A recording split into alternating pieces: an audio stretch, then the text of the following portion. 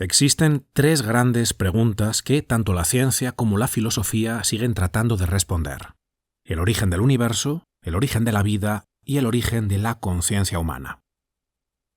¿Por qué hay algo en el universo en lugar de nada?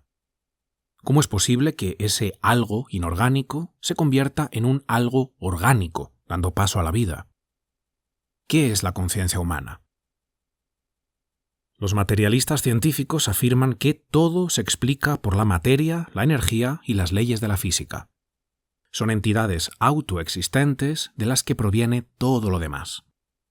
Pero esta postura no se sostiene a la luz de la razón. De hecho, la propia ciencia apunta hacia una dirección completamente opuesta: el llamado diseño inteligente. El comienzo del universo, su ajuste fino que permitió la posibilidad de la vida, y la forma en que la información genética funcional ha surgido apuntan a la actividad de una inteligencia creadora. En este vídeo voy a resumir las claves del magnífico libro El regreso de la hipótesis de Dios, de Stephen Meyer, en el que este científico y filósofo de Cambridge nos muestra las inconsistencias de la cosmovisión atea y por qué la mejor hipótesis científica y filosófica es el teísmo. Vivimos en un universo diseñado, creado y sostenido por ese agente sobrenatural que llamamos Dios.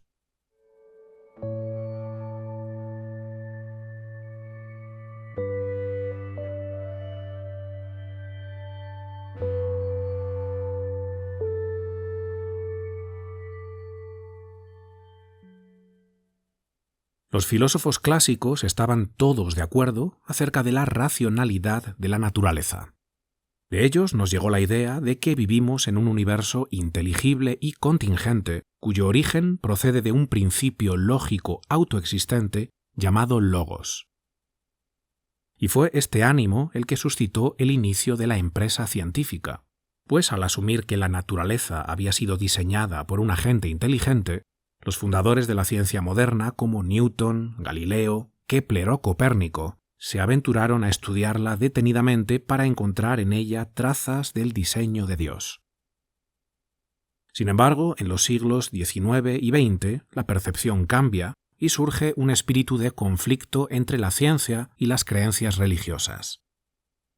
El alejamiento de los fundamentos teístas en la ciencia moderna se inicia principalmente en la Ilustración, cuando muchos filósofos e intelectuales llegan a la conclusión de que la razón humana se explica por sí misma y no precisa de nada trascendente, lo que acaba favoreciendo el surgimiento del materialismo científico y el empirismo radical. Desde ese momento, la materia y la energía, y no Dios, son la realidad fundamental de la que proviene todo lo demás. A finales del siglo XIX, esta nueva cosmovisión naturalista está plenamente afianzada. El dogma imperante es que toda disciplina humana debe explicar la realidad exclusivamente en términos de su materialidad. Darwin defiende que el hombre es el resultado de un proceso natural y sin propósito. No hay ninguna inteligencia sobrenatural. El mundo posee un diseño, pero no hay diseñador.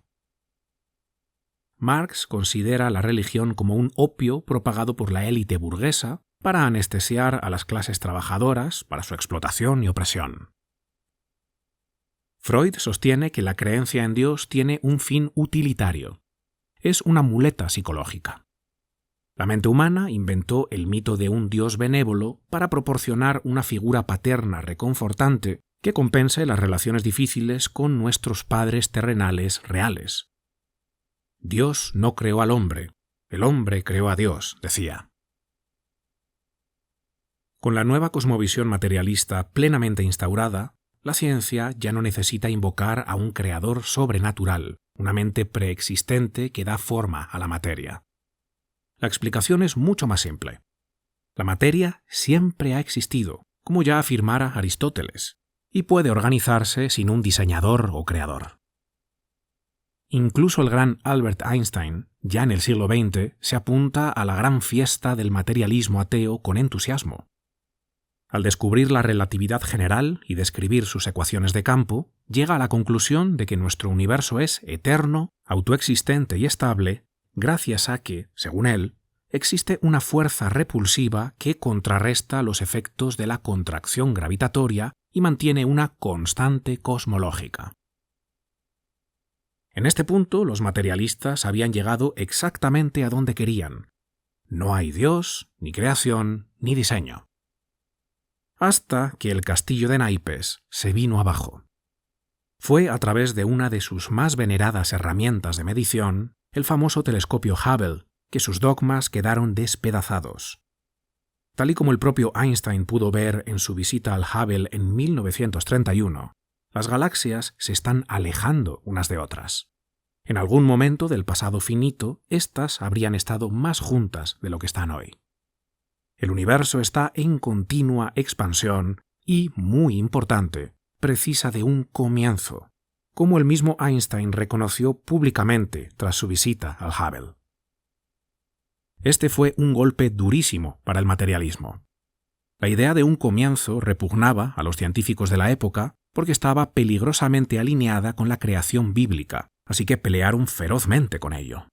Hicieron todo lo posible por demostrar que vivimos en un universo eterno sin un comienzo en el tiempo.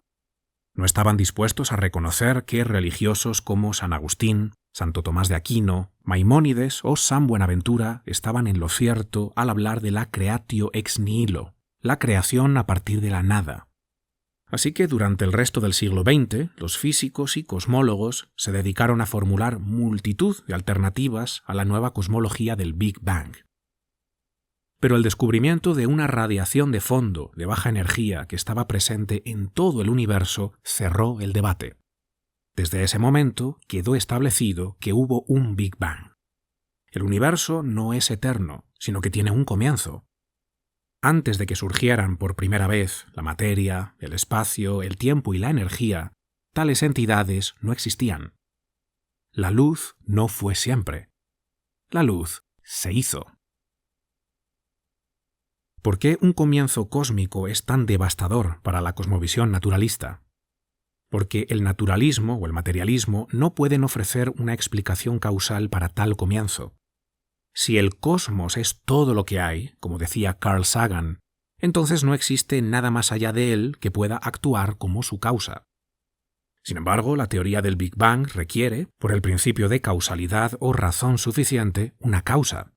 Y dado que, según estas cosmovisiones ateas, nada existe más allá del mundo natural, más allá de este universo de materia, energía, espacio y tiempo, entonces nada más podría haber funcionado como la causa de su existencia.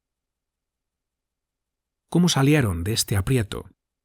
Afirmando que las leyes de la física crearon el universo. En su libro The Grand Design, Stephen Hawking escribió: debido a que existe una ley como la gravedad, el universo puede crearse a sí mismo de la nada y se creará a sí mismo de la nada. La creación espontánea es la razón por la que hay algo en lugar de nada, por qué existe el universo, por qué existimos nosotros. No es necesario invocar a Dios para poner en marcha el universo.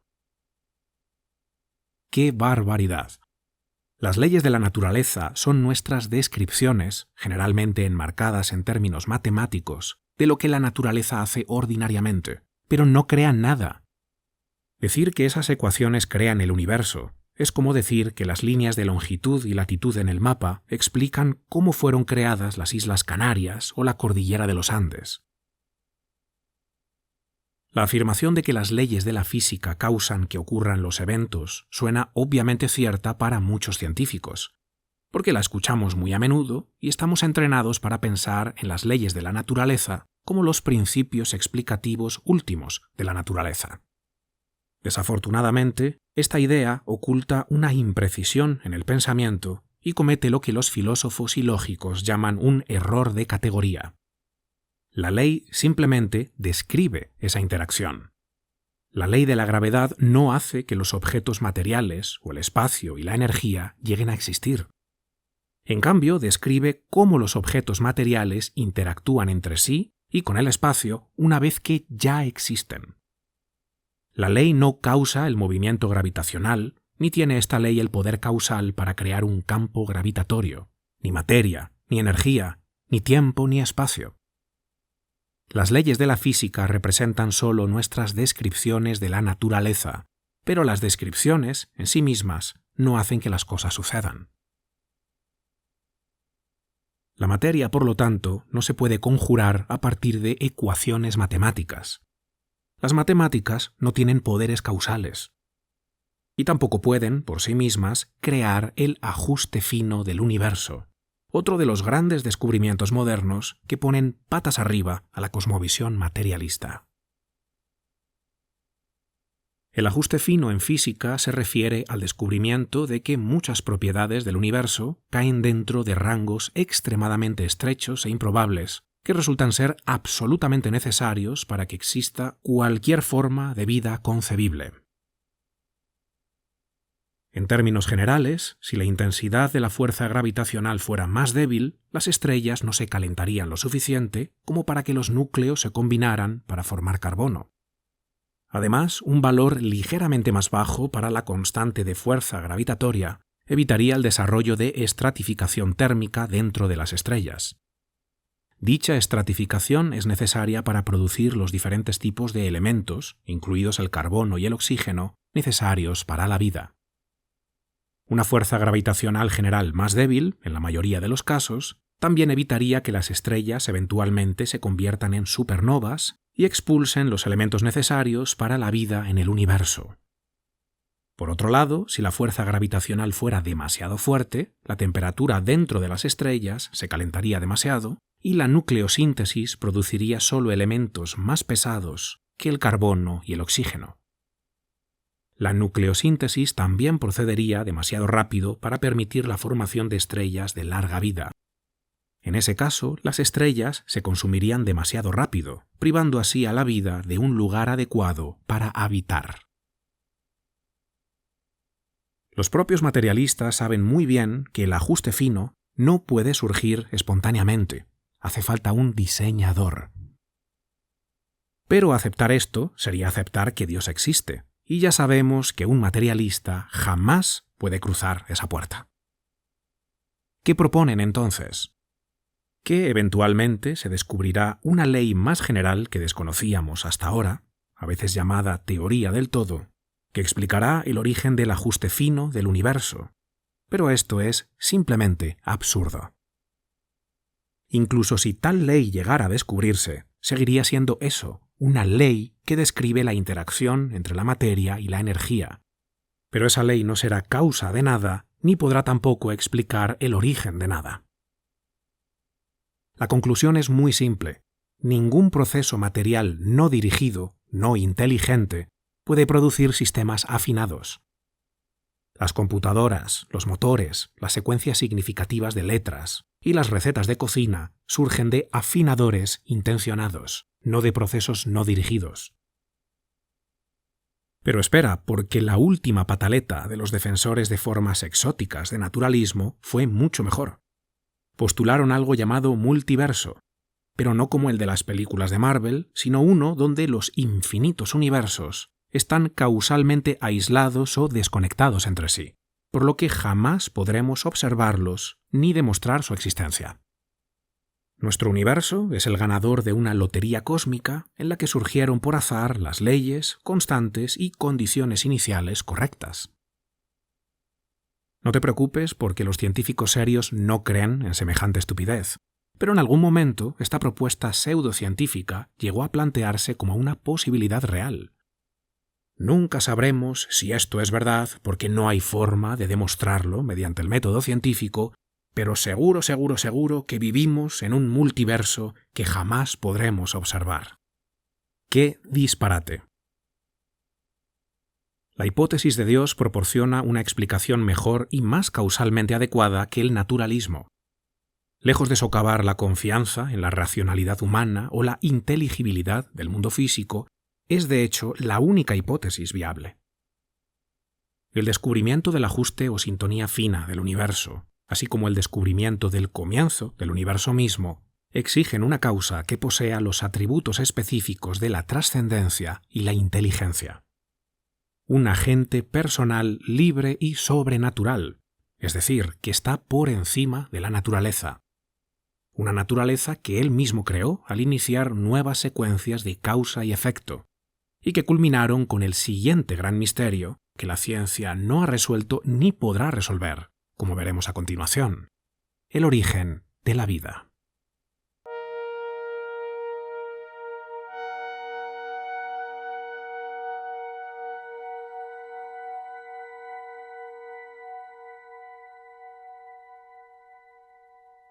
Cuando Watson y Crick descubrieron la estructura del ADN, el mundo quedó impactado. El ADN puede almacenar y transmitir información sirviéndose de un código digital de 4 caracteres, cuyo orden o secuencia determina cómo construir y mantener un organismo. O dicho de otro modo, nuestro ADN se sirve de su propio lenguaje y maneja información de forma ordenada y lógica. Ahora bien, ¿de dónde proviene esa información que le indica al organismo cómo construir proteínas, esos bloques esenciales sobre los que se construye la vida? No tenemos la menor idea. Sabemos que la información genética es conditio sine qua non para producir la primera vida, pero no sabemos de dónde procede tal información. Ante este misterio, muchos científicos decidieron usar de nuevo la mítica carta del azar, el as bajo la manga de todo buen materialista. Pero pronto los cálculos demostraron que la casualidad es una explicación altamente improbable e inadecuada para el origen de la información biológica. En palabras del legendario Paul Davies, hacer una proteína simplemente inyectando energía es como explotar un cartucho de dinamita bajo una pila de ladrillos y esperar que se forme una casa. Puede que se libere suficiente energía para volar los ladrillos, pero sin aplicar la energía a los ladrillos de modo controlado y ordenado, hay poca esperanza de producir algo distinto a un caótico barullo. El problema, en cuanto concierne a la biogénesis, es que el darwinismo puede solamente operar partiendo de la vida de algún tipo. No puede explicar cómo empieza la vida de entrada. ¿Por qué el diseño inteligente es la mejor explicación para el origen de la vida? Porque nuestra observación del universo demuestra que las grandes cantidades de información específica contenidas en las proteínas funcionales y ácidos nucleicos del ADN deben haberse originado invariablemente a partir de una fuente inteligente. De hecho, la idea de que la inteligencia es la única causa posible de la información específica es propia de la ciencia, no de la religión. Los arqueólogos asumen que la piedra de Rosetta no es producto del azar, sino que, obviamente, un escriba produjo sus inscripciones. Nuestra propia experiencia uniforme afirma que la información específica o funcional, ya sea inscrita en jeroglíficos, escrita en un libro, codificada en una señal de radio, o producida en un experimento de ingeniería de ribocima del mundo del ARN, siempre surge de una fuente inteligente, de una mente, no de un proceso estrictamente material. Así que el descubrimiento de información digital funcional en las moléculas de ADN y ARN, incluso en las células vivas más simples, proporciona una base sólida para inferir que la inteligencia desempeñó un papel en el origen de la información necesaria para producir el primer organismo vivo. Así pues, la ciencia no sabe de dónde procede la información necesaria para producir la primera vida, así como las subsiguientes explosiones de información que originaron nuevas formas de vida, como por ejemplo la sucedida en el período cámbrico. ¿Qué explicación ofrecen? Ninguna. Como ya hicieran en el plano cosmológico, su propuesta biológica es que esperemos con fe. Tarde o temprano se descubrirán nuevas leyes naturales que explicarán el origen de la información biológica, dicen. Pero ya hemos visto que las leyes naturales no pueden generar nada. Las leyes de la física describen, pero no crean. Todas las leyes conocidas de la física requieren entradas extrínsecas de información sobre las condiciones iniciales y de contorno del sistema en cuestión y sobre los valores de sus propias constantes de proporcionalidad. Por extrínseco me refiero a la información sobre tales condiciones que proviene más allá de las leyes de la física misma. La mejor explicación del origen del universo, su sintonía fina, las grandes cantidades de información específica necesaria para producir la primera célula, y posteriormente la vida humana, es la acción intencional de una inteligencia trascendente, es decir, que trasciende la materia, el espacio, el tiempo y la energía. De otro modo, no habría nada de nada. Dios, tal como lo conciben los teístas, posee el atributo de la trascendencia y puede ser invocado sin consecuencias que destruyan la ciencia. Por lo tanto, la hipótesis de Dios califica como una explicación causalmente adecuada para el origen del universo material, sin socavar la base de la racionalidad o contradecir la evidencia relevante. Las implicaciones de la hipótesis de Dios en nuestras vidas son gigantescas, porque el teísmo sostiene que no somos el mero subproducto de un universo sin causa y sin propósito. No somos un accidente de probabilidades que surgió de la nada por la acción indiferente de terribles fuerzas caóticas. Por encima de la naturaleza existe algo más, una realidad sobrenatural de la que todo procede, y que es origen y fin de la información contenida en nuestro universo. Y ahí, en esa realidad metafísica, una mente todopoderosa nos pensó, y después de pensarnos, nos creó. Nos dio un lugar importante en su creación. Dios, por lo tanto, es un ser personal que nos ama y nos ha traído hasta aquí con un propósito. Tiene un plan para nosotros. No se me ocurre mejor antídoto contra este ateísmo feroz que nos ha hundido en el relativismo y el nihilismo más despiadados, destruyendo a su paso las vidas de incontables personas que se sienten más vacías y desesperadas que nunca. Jean-Paul Sartre argumentaba que un universo sin un Dios personal trascendente, un punto de referencia infinito, dejaba a las personas en un estado de angustia, desamparo y desesperación. Angustia porque nunca podemos saber si hemos elegido los valores correctos, ya que no existe un estándar final por el cual juzgar tales elecciones. Desamparo porque estamos verdaderamente solos en nuestras elecciones y ninguna fuente externa o Dios trascendente puede conferir un sentido duradero a nuestra existencia. Y desesperación porque el mundo que nos rodea no puede cooperar con las decisiones que tomamos. El teísmo no solo resuelve muchos de nuestros más graves problemas filosóficos, culturales y existenciales, sino que la evidencia empírica del mundo natural apunta poderosamente a la realidad de una gran mente amorosa detrás del universo. Dios, el Logos eterno, es el principio creador que trasciende a todo lo creado y a su vez se encuentra en cada pequeño rincón de la creación. Él es el centro absoluto de la jerarquía espiritual de la que emana el cosmos y la vida, permeándolas en su totalidad. Como suelo decir en mis vídeos, el Logos debe volver a convertirse en el único principio unificador de la identidad humana, el Axis Mundi, pues así ha sido siempre, así es y así será por los siglos de los siglos. Si este vídeo te ha gustado, te recomiendo que veas mi mini documental ¿Ha enterrado la ciencia a Dios? El origen inteligente del mundo y la eterna búsqueda de significado, que sigue esta misma línea, pero amplía muchos de los argumentos aquí presentados de forma muy amena y bajada a tierra.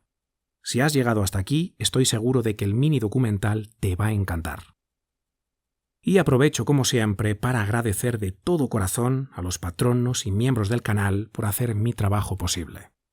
Si tú también quieres unirte a mi comunidad privada de apoyo y aparecer aquí, en esta pantalla, te dejo en la descripción los enlaces para que veas los diferentes niveles y sus recompensas, y ojalá que decidas unirte.